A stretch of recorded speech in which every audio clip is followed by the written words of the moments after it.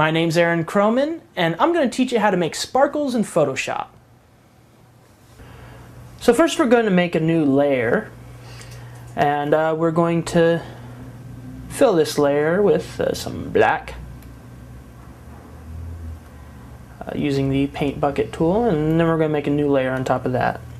We're going to use the brush tool and make sure the foreground color is white. And I'm using a tablet, so I'm able to use pressure sensitivity, which means how heavy it's put down is the pressure. I'm going to right click and go into the brush presets. And I'm going to scroll down until I get to these brushes right here. These are the sparkle brushes. It's pretty straightforward. Yeah. Click once, there you go. And you have some sparkles. And now I can make some big ones with my tablet with just a single click or a big click, hard click. And pretty easy. But there's a few other ways. What if you don't want just the default sparkle, you don't want to use the presets? You can go back into the brush presets and get one of these hard, round airbrushes. And we're going to put a little dot in the middle and knock down the opacity a little bit so we can have a little bit of leeway. And this way we can add a little bit of brightness and have it kind of fades off. So kind of nice and shiny. Or you can even make it a little bit smaller and make even smaller shiny lines, little light rays.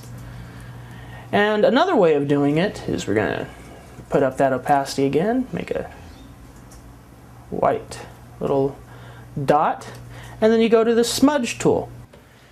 You can get pretty far using the generic tools for the sparkle in Photoshop, but sometimes you might need to just get out the brush and Smudge Tool and make your own.